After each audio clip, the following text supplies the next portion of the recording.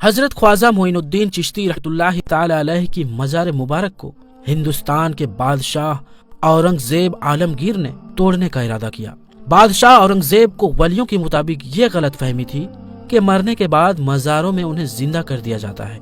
اپنی اسی وہم کو دور کرنے کے لیے بادشاہ اورنگزیب ایک روز خواجہ غریب نواز کی زیارت کے لیے اجمیر شریف تشریف لے گئے، اور جب اجمیر شریف پہنچے، اجمیر پہنچ کر اورنگزیب نے اپنے کاجی سے کہا کہ چلو مان لیتا ہوں کہ غریب نواز اللہ کے ولی ہیں، مگر میں تبھی مانوں گا جب میں ان کو سلام پیش کروں گا تو مجھے سلام کا جواب ملنا چاہیے۔ اگر میرے سلام کا جواب مجھے نہیں ملا تو میں مزار شریف کو توڑ دوں گا۔ تو اورنگزیب عالمگیر جب مزار پر پہنچے اور حاضری دی تو وہاں پر ایک ادنا سا شخص بیٹھا ہوا تھا۔ وہ شخص انتظار کر رہا تھا۔ تو بادشاہ اورنگزیب نے اس شخص سے پوچھا، اے شخص، کیا معاملہ ہے؟ تم یہاں پر کیوں بیٹھے ہو اور تم پریشان لگ رہے ہو؟ تو اس شخص نے بادشاہ اورنگزیب سے فرمایا، حضرت، میں آنکھ سے نابینا ہوں، یعنی کہ میں اندھا ہوں، اور کافی عرصے سے خواجہ غریب نواز رحمت اللہ تعالی علیہ سے دعا کر رہا ہوں کہ میرے آنکھوں کی روشنی واپس آ جائے، لیکن کوئی فائدہ نہیں ہوتا ہے۔ میں کافی عرصے سے یہاں حاضری دیتا ہوں اور رو رو کر دعا کرتا ہوں کہ اے اللہ، اپنے اس ولی کے صدقے میں میرے آنکھوں کی روشنی مجھے عطا کر دے، مگر آج تک مجھے کوئی فائدہ نہیں ہوا، یعنی میری آج تک کوئی حاضری اور کوئی دعا قبول نہیں ہوئی۔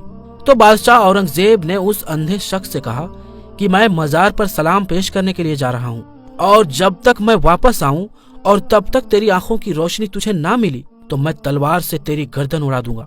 اتنا سننا تھا کہ وہ اندھا شخص اور زیادہ پریشان ہو گیا اور زیادہ غمگین ہو گیا، اور وہ اندھا شخص یہ سوچنے لگا کہ اب تک تو میری آنکھوں کی روشنی نہیں تھی، لیکن اب تو میری گردن کی باری آ گئی ہے۔ یعنی وہ اندھا شخص کہنے لگا کہ اب تک تو میں میری آنکھوں کی روشنی سے پریشان تھا کہ میرے آنکھوں کی روشنی نہیں ہے، میں اندھا ہوں، لیکن بادشاہ نے اب میری گردن اڑا دینے کی بات کی ہے، یعنی اب میرا بچنا بہت مشکل نظر آ رہا ہے۔ پھر اس اندھے شخص نے زور زور سے رو رو کر اور تڑپ تڑپ کر خواجہ غریب نواز سے فریاد کرنے لگا، اور جب بادشاہ اورنگزیب نے خواجہ غریب نواز کو سلام پیش کیا، یعنی جب بادشاہ اورنگزیب مزار کے پاس گیا اور مزار کے پاس جا کر اس نے سلام عرض کیا تو مزار میں سے کوئی جواب نہیں ملا۔ جب بادشاہ اورنگزیب نے ایک مرتبہ سلام پیش کیا تو جواب نہیں ملا۔ پھر بادشاہ اورنگزیب نے دوسری مرتبہ سلام پیش کیا، پھر بھی سلام کا جواب نہیں ملا۔ پھر بادشاہ اورنگزیب نے تیسری مرتبہ سلام پیش کیا تو اندر سے سلام کا جواب مل گیا۔ یعنی سلام پیش کرنے کا مطلب یہ تھا کہ جب بادشاہ اورنگزیب نے السلام علیکم ورحمۃ اللہ وبرکاتہ کہا تو اس کے بدلے میں مزار شریف کے اندر سے کوئی جواب نہیں ملا۔ پھر دوسری مرتبہ بھی بادشاہ اورنگزیب کو سلام کا جواب نہیں ملا، لیکن جب تیسری مرتبہ بادشاہ اورنگزیب نے السلام علیکم ورحمۃ اللہ وبرکاتہ کہا تو اندر سے آواز آئی کہ وعلیکم السلام ورحمۃ اللہ وبرکاتہ۔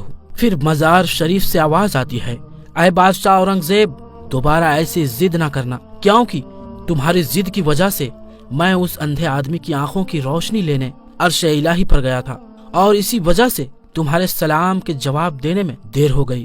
سبحان اللہ۔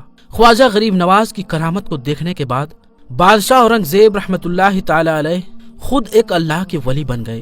اللہ اکبر۔ تو میرے پیارے دوستوں، یہ شان ہوتی ہے اللہ کے ولیوں کے، یعنی یہ واقعہ ہونا تھا کہ بادشاہ اورنگزیب رحمت اللہ تعالی علیہ ایک بہت ہی بڑے اللہ کے ولی بن گئے، جنہوں نے ایک کتاب لکھی ہے فتوائے عالمگیری، جو کہ اسلام کے مطابق جو فتوے دیتے ہیں، جو اسلام کے قانون کو نہیں مانتے ہیں، جو اسلام کے قانون کو دیکھ کر بنایا گیا ہے، بڑے بڑے مسائل اسی کتاب سے حل ہوتے ہیں۔ حضرت خواجہ معین الدین چشتی رحمت اللہ علیہ القاب خواجہ غریب نواز عطائے رسول صلی اللہ علیہ وآلہ وسلم کہا جاتا ہے کہ آپ کی ولادت سنجر جو ملک ایران کے اصفہان شہر میں خراسان کے قریب میں ہے، میں 1530 ہجری 1141 میں ہوئی۔ آپ کے والد کا نام خواجہ سید غیاث الدین بن احمد حسن رحمت اللہ علیہ ہے، جو حسینی سادات ہے، اور والدہ کا نام بی بی ام الورا بی بی ماہنور بنت حضرت سید داؤد رحمت اللہ علیہ ہے، جو کہ حسنی سادات ہیں۔ 8 برس کی عمر میں آپ کے والد کا انتقال ہو گیا، اور 15 برس کی عمر میں آپ کی والدہ کا انتقال ہو گیا۔